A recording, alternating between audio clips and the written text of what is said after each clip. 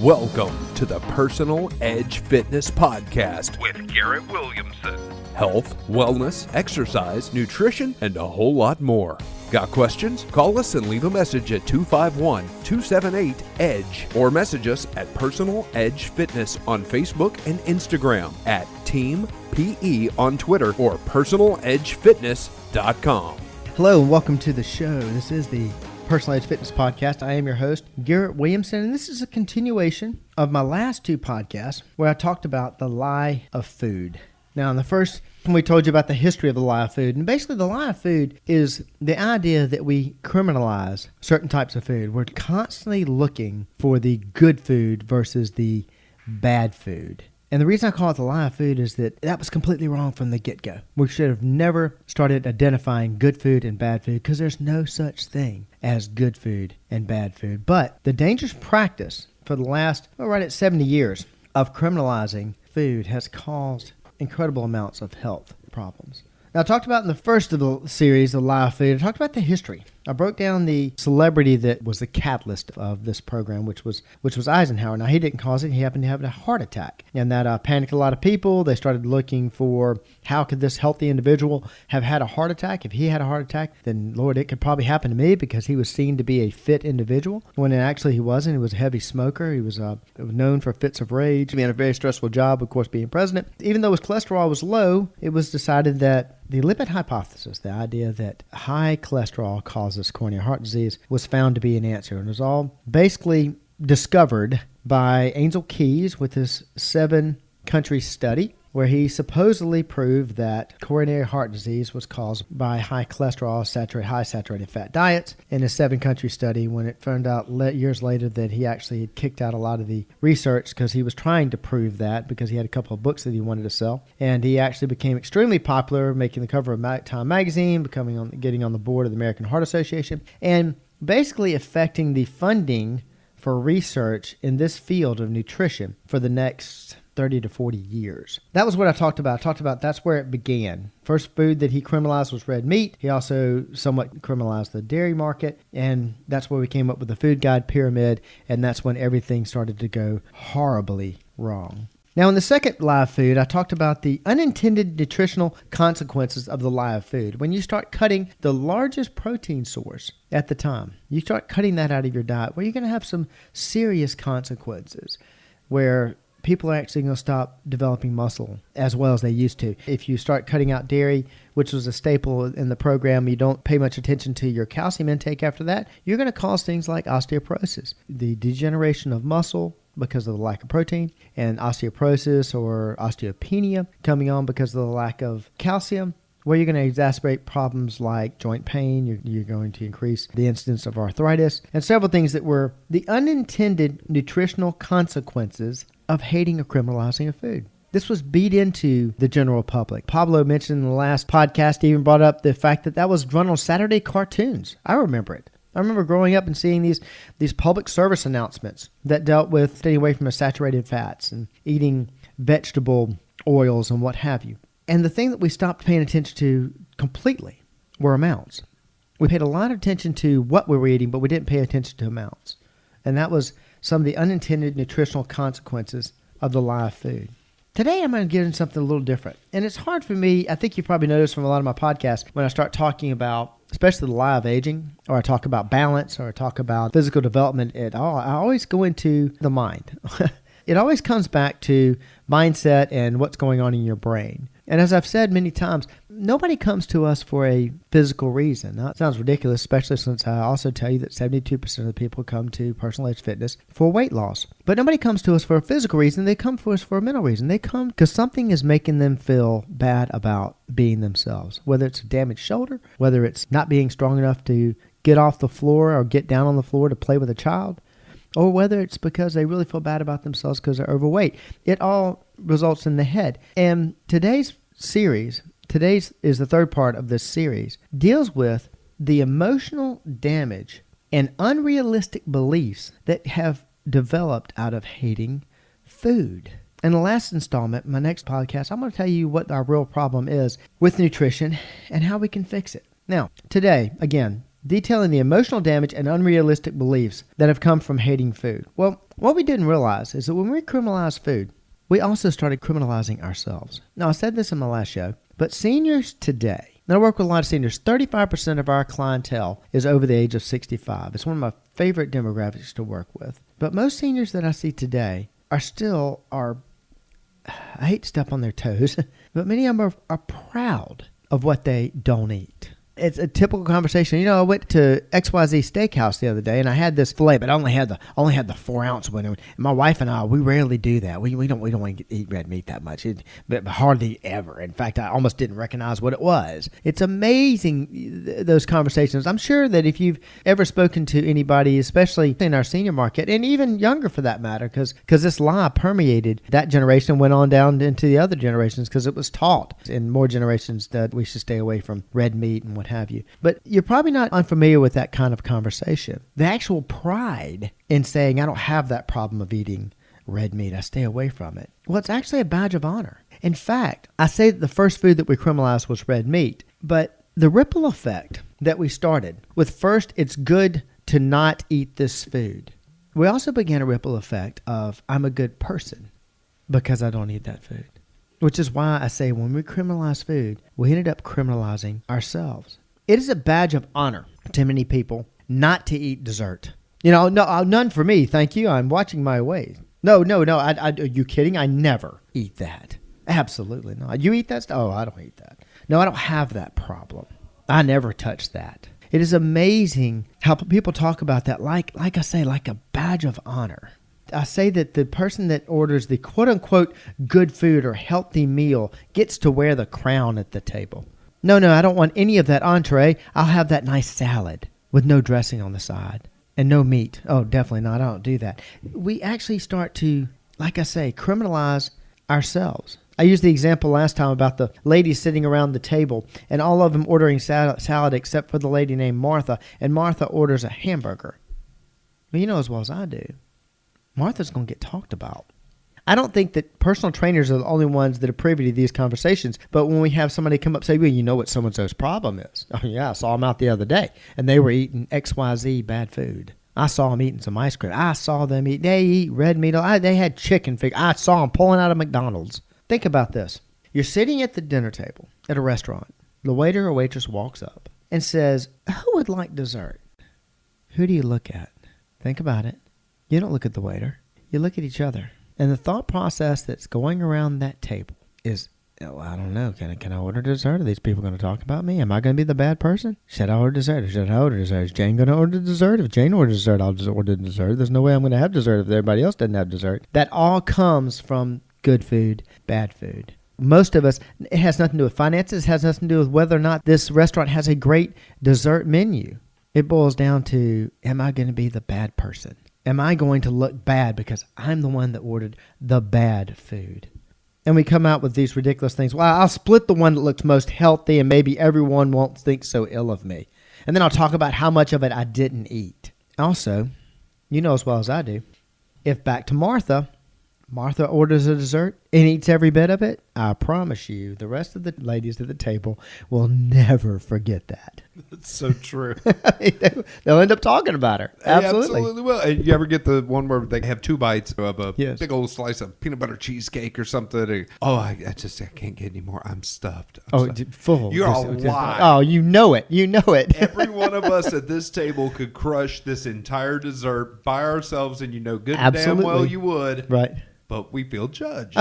Period, because we do. We sit there and judge people about it. So we get what I call backhanded critiques of someone's food when they order or eat it in front of this. This is amazing to me, especially being a trainer. Now, of course, I get this a lot. I'm wearing Personal Edge Fitness all the time, so it's interesting to me how people will talk to me about their food. But I've seen this happen when I wasn't involved in the conversation. People, complete strangers, critiquing somebody else's food. This actually happened to me one time. That had a client of another trainer walk into my office. This is when Sugar Busters had just come out. This person evidently had read it cover to cover. And he came in strictly to critique the fact that I was eating popcorn. Yeah, he came in basically to tell me, do you know how many carbs are in that? Oh my gosh, carbs. You got to stay away from carbs are bad. That's the whole reason he came and initiated a conversation with me, period. He wouldn't give me the time of day. But he came in and thought it was perfectly fine for him to come in and critique me. He wasn't critiquing my food. He was critiquing me. Yeah. I mean, that's exactly what was going on. We're judging each other because of the bad food, the quote-unquote lie of bad food and what we've got in front of us. And people feel perfectly fine to walk up to a complete stranger and say something like that. Yeah. The dietitian that I heard speak in 99, she was excellent. She was the first one I actually heard talk about the lie of good food, bad food, and the fact of how dangerous that was. And there's multitudes of dietitians that will tell you the same thing. The one that helped us put the Catalyst program together will tell you there is no such thing as good or bad food, and it's an absolute lie. But she talked about walking through a grocery store and running into her clients. She said, I love the way she put it. It was fantastic. She said, if I'm in the produce aisle, oh my goodness, they'll run their grocery cart into mine because they want them to look at all the green stuff. I look at all the good food I've got in my grocery cart. I can't fit any more avocado I'm in telling this cart. It's beautiful, isn't it? Just overflowing. Oh, I just happened to see you over there. I had to knock 2 store people over and push the lady in the wheelchair out of my way to run my cart into you. But I wanted to just. She said when she got on the candy aisle. Side note: have you seen these new M&M bags? The 1-pounder. Those things are awesome. Of course, they had the whole. It was a bunch of trainers that she was speaking to. I had us in stitches. But she said in the candy aisle, did you know that grocery carts can live skid marks? Because she said that people were literally peeling out of the candy aisle to get away from her, because they didn't want to be criminalized, didn't want to be judged because of their bad food. Always reminds me, remember Ray Stevens? Yes. For an old school reference for the younger listener, Sister Bertha better than you. Oh, yes. From the Mississippi Squirrel Revival. Exactly. Everybody wants to be Sister Bertha better than you. Absolutely. I'm eating avocado. Why are you holding all those M&Ms? Period. So in the first diet programs that I actually sat in, it was amazing. She was in it. She was in it because I'm serious. They would sit there and somebody would mention, when I had lunch the other day, I had potato chips, and she would quickly turn to them and say, "Well, I don't eat those. Oh, I don't eat potato chips. I don't have that problem. I am morally superior to you." That's exactly what's happening. That's exactly what happens with this whole ridiculous idea of good food and bad food. I'm a better person because what's on my plate, and you should be judged, picked on, talked about, put down. It's perfectly fine for me to do so because what you have on your plate, you're a bad person because what you have on your plate. I gave a talk one time, fantastic group of ladies. It was actually at a house. They had their meeting and they were wonderful. And I sat there and talked about the live food, and I talked about how it's important to have protein every meal, every day. It's so important. We ended up going to a local restaurant, Ruby Tuesday, as a matter of fact, and like it very much. And it's me. I'm a Southern gentleman. I'm sitting at the table with ladies, so I'm not ordering first. That's not happening. I was raised right. Well, they're all looking at me. No, take his order first. Take his order first. And the whole reason they were doing that, because they wanted to see what was I going to order. We're going to follow your lead. Not only are they going to follow my lead, but what is it okay for us to order? Mm-hmm. If he gets it, then he's deigning it acceptable for us to order. Then it's okay if we order it. That's it. I mean, everybody's going to judge us by what he. So of course I ordered a hamburger. It was great. It's fantastic. So I had their salad bar along with it. It was wonderful. I know exactly the amount of calories that were in it too. But that's what we end up doing. This is what's so dangerous about the lie of good food and bad food. This is why I talk about it being emotional damaging. Think about that kind of conversation. And you're not foreign. Nobody's foreign to that. Nobody's foreign to the idea of people judging you because of what you're eating. I tell you what, we're also not foreign to, and that's this idea of fat shaming. Mm-hmm. This is something that is so prevalent. Now, in fact, when I first started speaking about this 5 or 6 years ago, and I showed clippings from magazines when they were talking about these plus-size models and how they were trying to say that, this bold and beautiful and big is beautiful and what have you.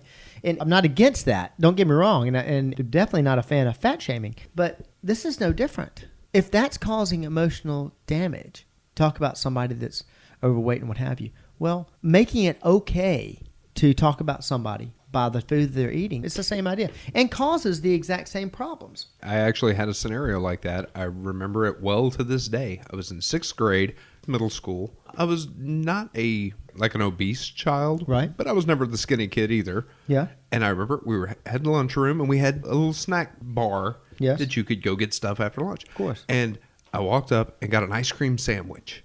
and got one for my friend. Right. So I'm walking back with 2 ice cream sandwiches in my hand, one in each hand. Right. And this kid that went to school, and I won't say his name, but I still remember it to this day, for the reason that if I saw him to this day, there might be some furniture moving. Okay. Over the fact he stopped, and he was kind of the bully kid. Right. Looked at me and went, fat pig. Bingo. And I was like, but because I had 2 of them. I understand. And I was just like, wait, what? And that hurt me. I understand. And I let that hurt me, and I shouldn't have. I understand. But it did. Of course. And it stuck with me for years. And to this day, yeah, it's probably a good thing I've never seen that kid again. I can understand. Okay. It might get rough. It's great that you bring that up. And the reason being is the example I'm going to use, and I actually saw this, I'll mention names. 12-year-old girl, very bright child. We're playing a game. And it was kind of funny because there's a game called Heads Up. I don't know if you know this one, but it's you can actually do it with your phone. But the person that's is holding their phone over their head, so they can't see what's on their phone. Okay. But it's got a word on it. Mm-hmm. You're supposed to give them clues so the person holding the phone can guess the word. Sure. Kind of funny because the word was wrench, WRENCH. Okay. And this 12-year-old happened to think that meant ranch, as in ranch dressing. Okay, now we're delving off into educational issues here. Very funny, but spelling issues. But anyway, what was funny about it was her clue that she gave was, this is that bad stuff that her 12-year-old boy cousin eats. That was her clue. That ranch was automatically bad. The bad stuff that her 12-year-old cousin eats. And we looked at her like, what do you want? Because the word was wrench, not ranch. And she was saying, oh, yeah, he eats tons of it. It's horrible. It's bad for you. Let's go ahead and state, eating wrenches is bad. That is bad food. There you go. Exactly. If there's a bad food, wrenches are definitely bad. So do not eat cast iron. Right. I'm against that, no matter how low your iron is. Definitely. She had a point there. Maybe he did eat wrenches. I don't think that was quite the case. But it was obvious to me, knowing her family and knowing how they were, they're just eat up with this good food, bad food. She had learned that from her family. And she was, as well as I do, in her interactions with her cousin, that she has said that, made that judgment. That's a child. Mm-hmm. That's what we're teaching our children. I see parents doing it with their kids all the time. You shouldn't eat that. That's bad. That's making a judgment on your child strictly because of the lie of good food, bad food. Extremely dangerous. Now, the other thing about this is not only does it cause emotional damage by making judgments on people, but I also say in this segment that we talk about the unrealistic beliefs caused by good food, bad food. And what I mean by that is it skews the concept of metabolism. I have a gentleman, he probably wouldn't mind me mentioning his name, but I won't on the air. He was actually a Baptist music minister, a dear, great client, good friend. I still think the world of him. And actually, he probably won't mind me using this example, but I won't use his name because he may not like that. But God bless him. He was working really hard. His effort was fantastic when he was working out with me. And I was so proud of him. He was really trying to get his weight down. And between Friday and Monday, he picked up about 3 to 5 pounds or something. 3 pounds. It wasn't anything huge. He's not a small individual, but he picked up 3 pounds over the weekend. He'd been trying so hard to lose weight. So we're doing his workout, and he is going through his head, trying to remember all the stuff that he had the whole weekend, because he's trying to find out, where did that 3 pounds come from? Because I didn't eat anything but good food. And he finally settled on it. He remembered, oh yeah, one night I had a cupcake. And we laugh about this because he was in a machine, a leg curl machine. And there's a way that if somebody gets in leg curl machines, there's typically only one way to get into it. And if you're a trainer, you can actually stand and actually block somebody in the machine. He was in that machine. I locked the leg thing down. He said the comment about this cupcake, this bad food, caused this 3 pounds. I promise you it was not a 3-pound cupcake. Okay? If so, that's impressive. Absolutely. Had caused his 3-pound weight gain. And to this day, he reminds me of this quite often. I started to cuss him. I'm not proud of that. I promise you, I'm not proud of that. But I was like, you've got to be kidding me. This is very common.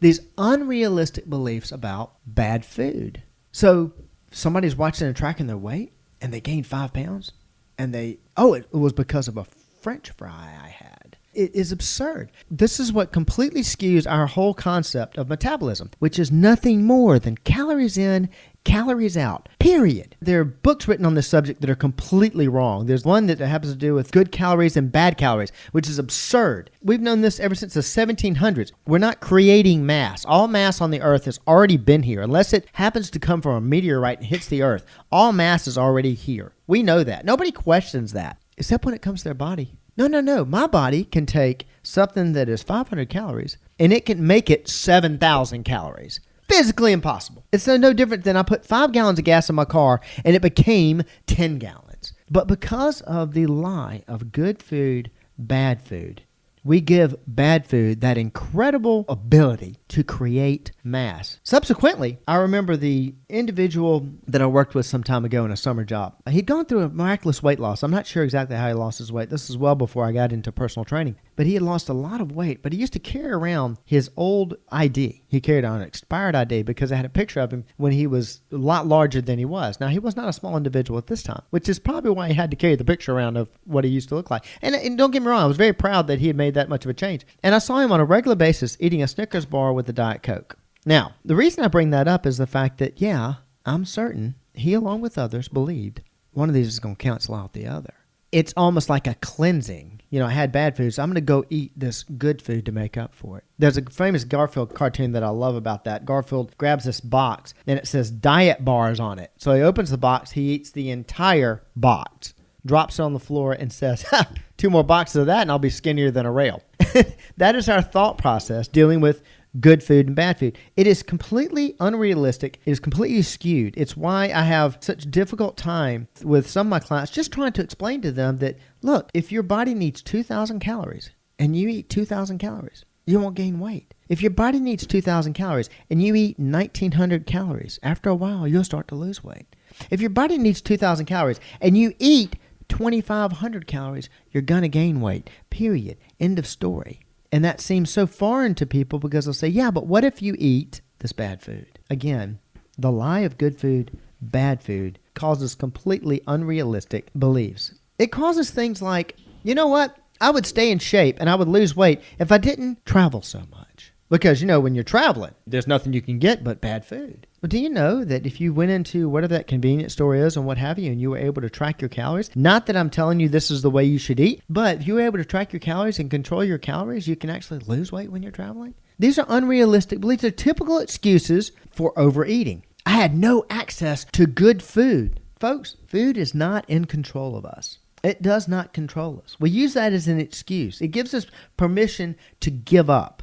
If bad food causes all my problems and all I can find around me is bad food, then I am forced to be unhealthy. Completely not true, but perpetuated by the lie of good food and bad food. We did this when we were going about eating out. It's amazing how many people in our Catalyst program and talk about, well, I don't have a choice. I'm eating out. Eating out, especially at the finer restaurant, is one of the best places to control your intake. You can sit there and tell the waiter exactly how you want things prepared, exactly how you want it brought out. And if you want half of it boxed up to go, they'll bring it that way. Lord, they're working for tips. One of the best places to control your intake. But we use it as an excuse because they've got bad food and not even worry about calories. That evidently is an excuse. Special occasions. I went to a birthday party. I didn't have a choice. I had to gain weight. I had nothing but bad food around me. Entire seasons. Down here in the South, we have football season. It's an entire season. I've talked about this before. You can go through the entire year. Start off at, Christmas. Forget it. You know, we got Christmas, got cookies around. We got Thanksgiving, got cookies around. Everything. I'm going to start my diet in January. Well, you know, we got the national championship game. Got to overeat for that. But don't worry. I'm going to start my life as soon as that's over. Well, wait a second. Down here in my hometown, we got Mardi Gras. Oh, my goodness. We got Mardi Gras. You know, Mardi Gras is going on and everything. I'm going to get in shape. As soon as Mardi Gras, here's spring, man. We're hitting the boat. Got to drink some beers on the boat. Sitting on the beach. Got the whole summer and everything, but don't worry. When September comes around, I'll be right back to getting healthy by no football seasons here. Nope, got to go to football season. I got hunting season and right back around to New Year's. We've got special occasions, entire seasons where we can't eat well because we're surrounded by nothing but quote-unquote bad food. That whole unrealistic idea of good food versus bad food causing these unrealistic beliefs. None of that's true, folks. Simple calories in, calories out controls weight. And there is no such thing as good food and bad food. Now, the next podcast, I'm going to tell you what our real challenge is when it comes to nutrition. I'll give you a hint. It has nothing to do with food. It has absolutely nothing to do with food. Our actual problem, what's causing our problems in nutrition. I'm going to tell you how to fix it. Believe it or not, we have a program that deals with that. It's called Catalyst. Our Catalyst Lifestyle Change program deals with the real problem that we have as far as nutrition is concerned. Not only does it help you lose the weight, our average weight loss is 25 pounds in the program, but not only does it help you lose the weight, it helps you make that lifestyle change that lifestyle change so you're not dealing with this every single year. You put that issue to bed. Helping people live their level of wellness and understand what is myth and what is real. Stay tuned for our next podcast telling you the answers to the lie of food. You're listening to Garrett Williamson, the Personal Edge Fitness Podcast, reminding you to stay hydrated. And this episode of the Personal Edge Fitness Podcast brought to you by the McDonald's McTorque Wrench Sandwich. One of my favorites. Thanks for listening to the Personal Edge Fitness Podcast with Garrett Williamson. Subscribe now and be a part of the show by calling 251-278-EDGE or message us on Facebook and Instagram at Personal Edge Fitness or at Team PE on Twitter, and visit us at personaledgefitness.com.